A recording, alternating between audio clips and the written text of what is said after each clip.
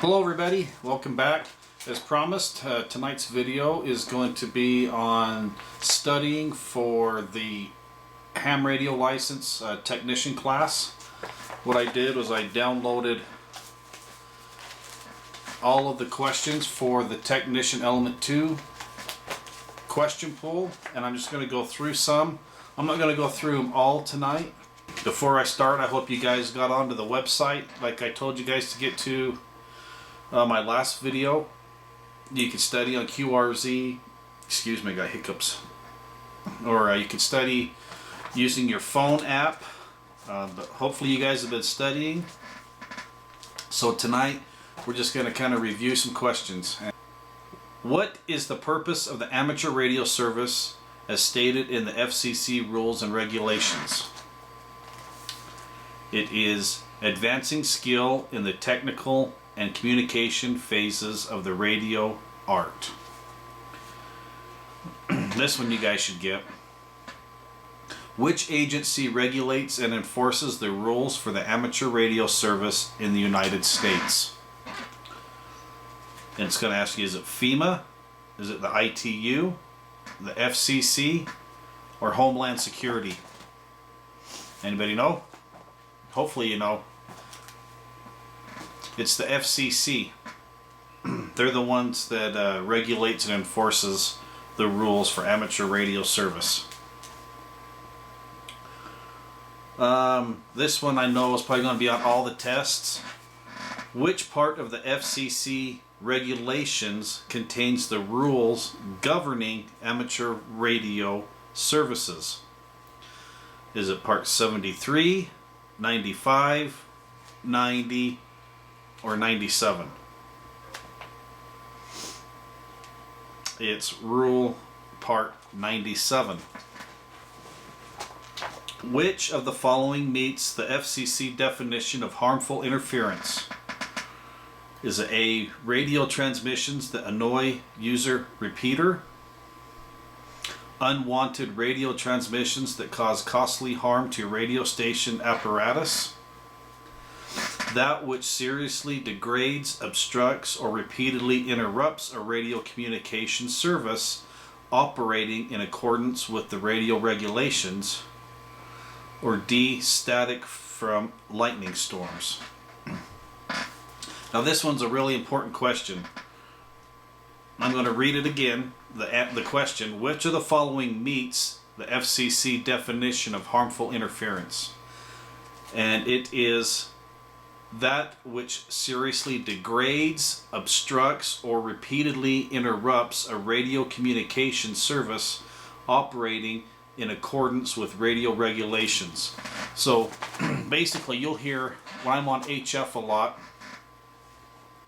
there's people on there that do contests, and I'm trying to get into a contest, and you'll hear people just trying to talk over the contest. They just get on and just start talking over, they don't say anything, they're just being annoying, and they play music. So that is what's considered harmful interference.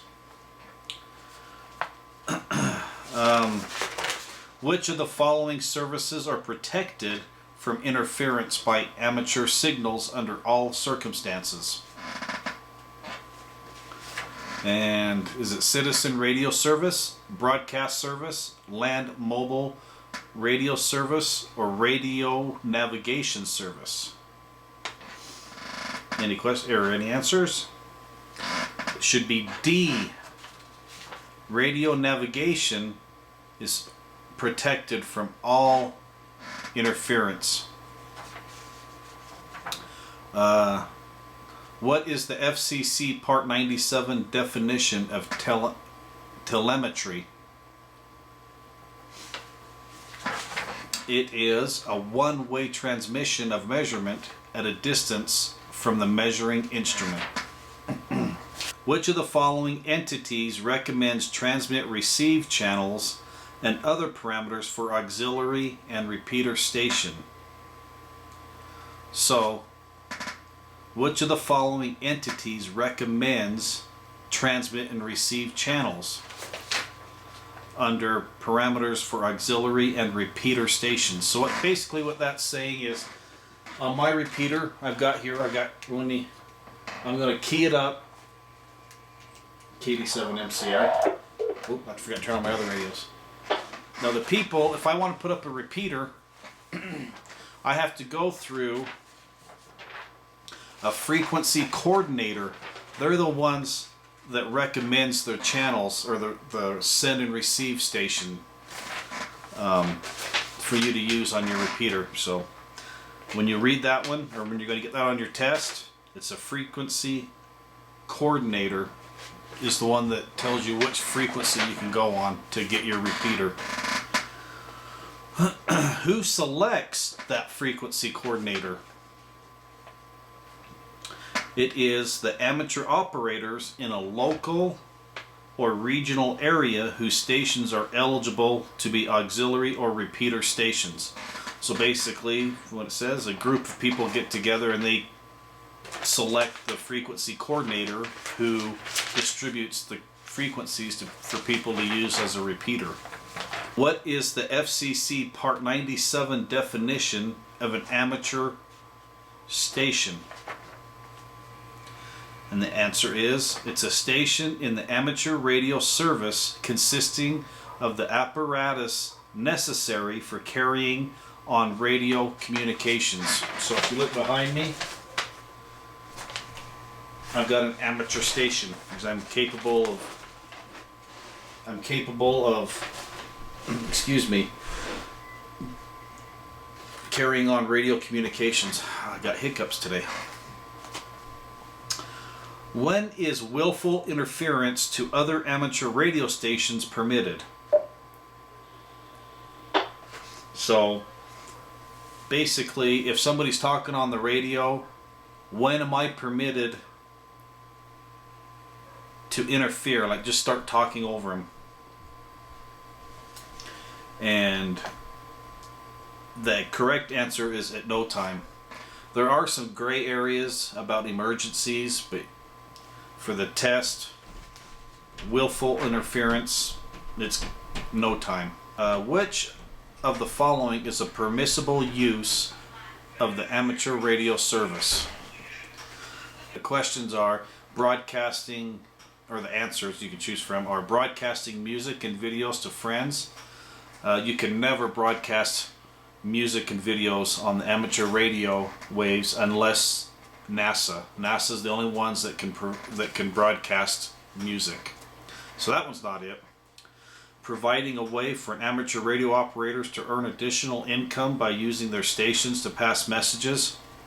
You can never make money being an amateur radio operator helping people. It's considered like a public service and we can't charge for our service. So that's not the answer. Providing a low-cost communications for startup business. Nope, that's not a permissible use. Or allowing a person to conduct radio experiments and to communicate with other licensed hams around the world. That's the correct answer. Okay, what is the FCC Part 97 definition of telecommand? It is a one-way transmission to initiate, modify, or terminate functions of a device at a distance. So, telecommand, like I can, this one doesn't do it, but I can be able to command any of the repeaters that my dad owns. He's given me the key codes, and like from my keypad on my radios, see, I can, this radio's dying. Let me get another radio.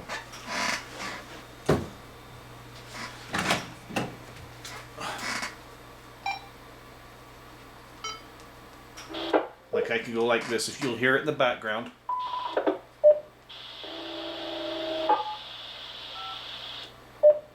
See, I'm pushing buttons and I can control the repeater. So that's telecommand.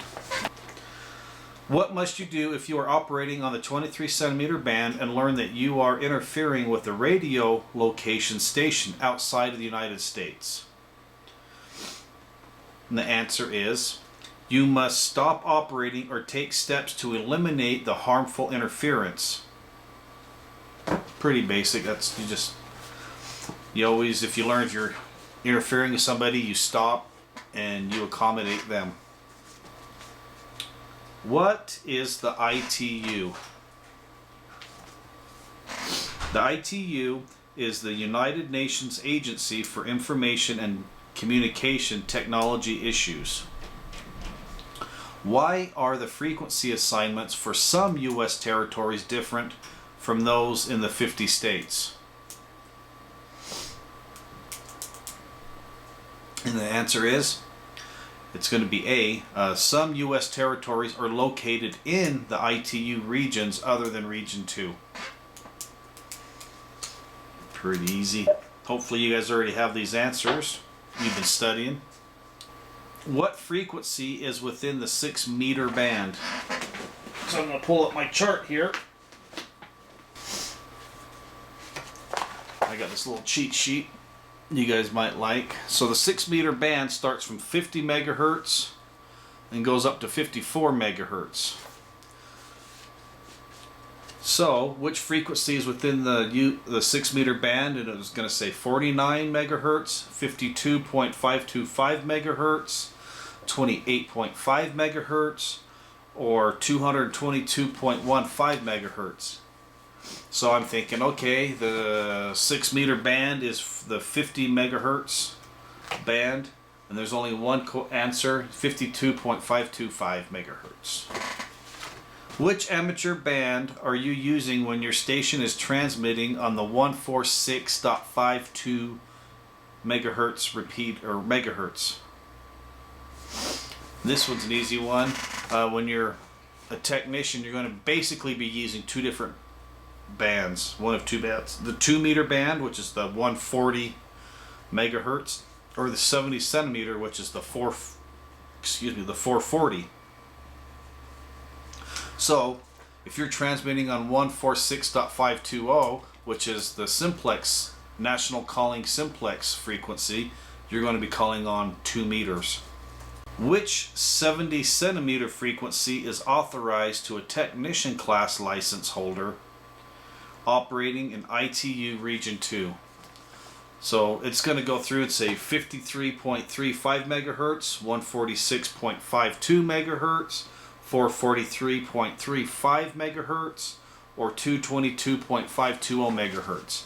And just remember, 70 centimeter is the 440 band, so there's only one correct answer, 443.35, and that's going to be how it's going to be worded.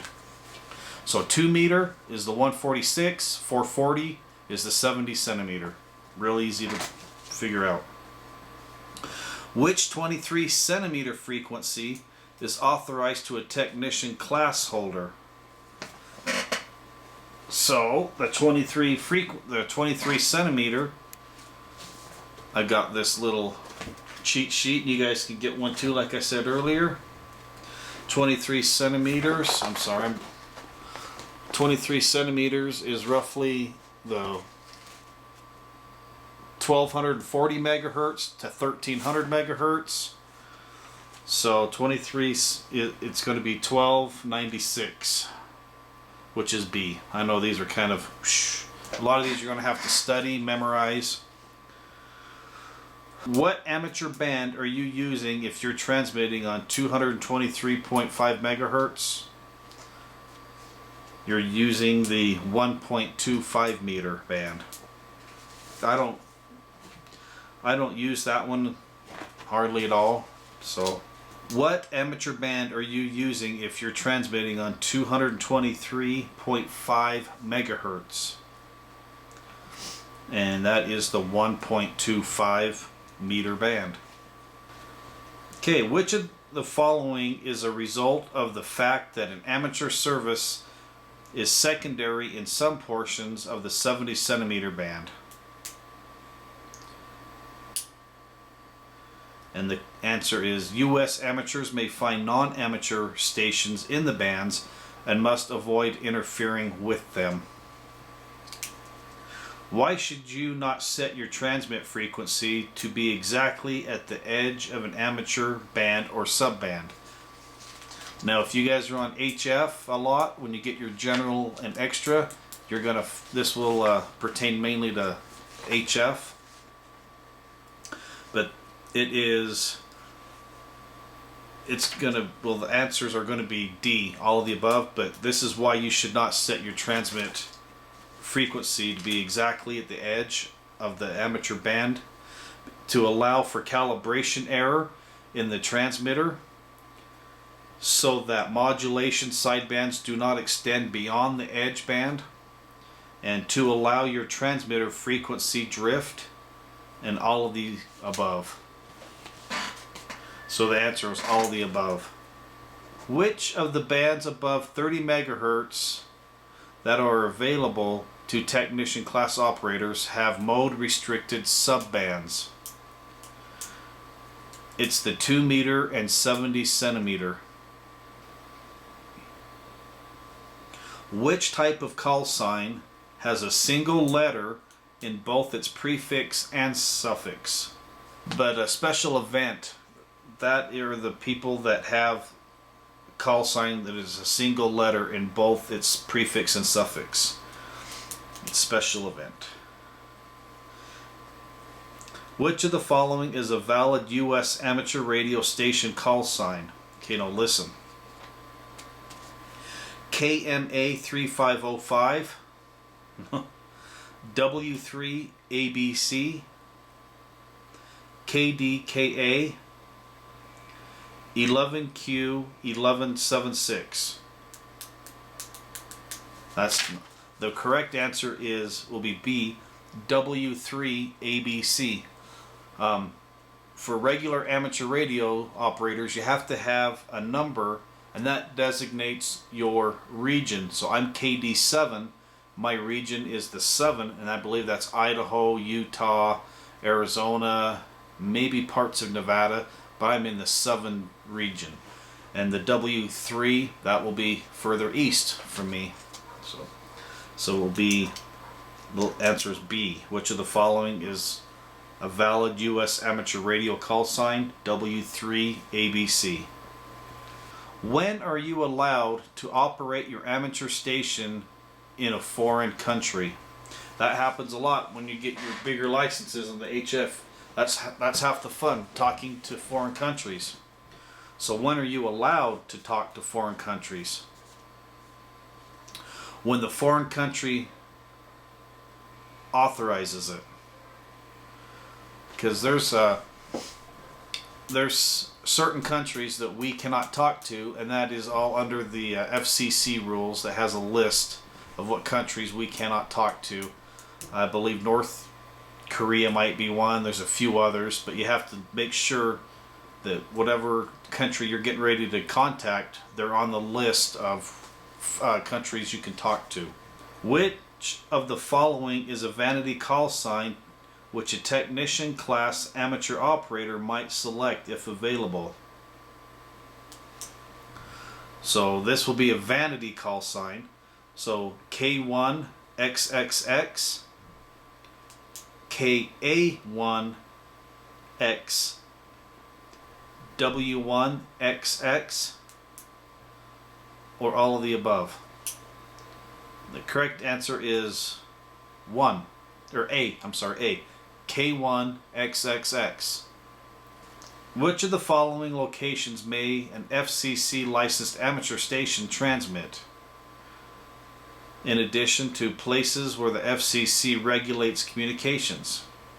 It is from any vessel or craft located in international waters or documented or registered in the United States. What may result when correspondence from the FCC is returned as undeliverable? What may result? Revocation of the station license or suspension of the operator license. What is the normal term for an FCC issued primary station operator amateur radio license grant? So how long is it usually granted for? and it's 10 years. So when you go and get your license for technician, it's good for 10 years. But if you go and get your general license, let's say 6 months later, it's good for that 10 years from when you pass that last exam, or when you go to renew it at 10 years. What is the grace period following the expiration of an amateur license within the license may be renewed? And it's 2 years. You have a grace period from after your license expires to when you can renew it, and you have to do it within 2 years. That doesn't necessarily say after it's expired you can keep transmitting, but you have up to 2 years to renew it. I know this next one was a question from somebody asking me, how soon after passing the examination for your first amateur radio license may you operate a transmitter on an amateur service frequency? And the answer is as soon as your operator station license grant appears in the FCC license database. So that's why I was telling you guys, go to qrz.com, check on it frequently after you take your tests. It will show up on there, or the FCC website. You'll have your name and it will give you your call sign. If your license has expired and is still within the allowable grace period, may you continue to operate a transmitter on amateur service frequencies? Nope, you can't. No transmitting is allowed until the FCC license database shows that the license has been renewed. Who may select a desired call sign under the Vanity call sign rules? So, it's any amateur radio licensed amateur. So let's say if I don't like KD7MCI, I can do K7JDW. You know, that's my name. Or my son, we didn't like his call sign when it first came in, KF7SXX. We wanted to change it to K7CDY, but it was already used up, so we stuck with the KF7SXX. So any amateur or any licensed amateur can apply for a Vanity call sign. For which license classes are new licenses currently available from the FCC? So remember how there's 3 different types of licenses. There's the technician, there's the general, and then there's the extra. So you're going to go down and say D. The 3 licenses are technician, general, and amateur extra. Who may select a Vanity call sign for a club station? Now this one is kind of, not tricky, but it's the only person that can select a Vanity call sign for a club is the person named as a trustee on the club station license grant. So for instance, like the club I belong to, the Wasatch Back Tri-County group, only the trustee that's named in our group can apply for our call sign, and ours is K7WBG, Wasatch Back Group. I know that was kind of long, but that was episode 1 of the studying for the technician license. Hope you guys learned something. I hope you remain studying for your license. There's going to be probably 6 or 7 more of these. I'm going to go through all of the questions, answers, work with you, but I urge you guys to keep studying, whether it's on the phones, using the apps on your PC, or books. Books are great, or just download the questions from the FCC, or you can get them from the ARRL. They have them right there. That's what I did. I printed them off. So thanks for watching this video. I appreciate it. Feel free to share it, subscribe, thumbs up, and until next time, have a great day, and 73s everybody. Bye bye.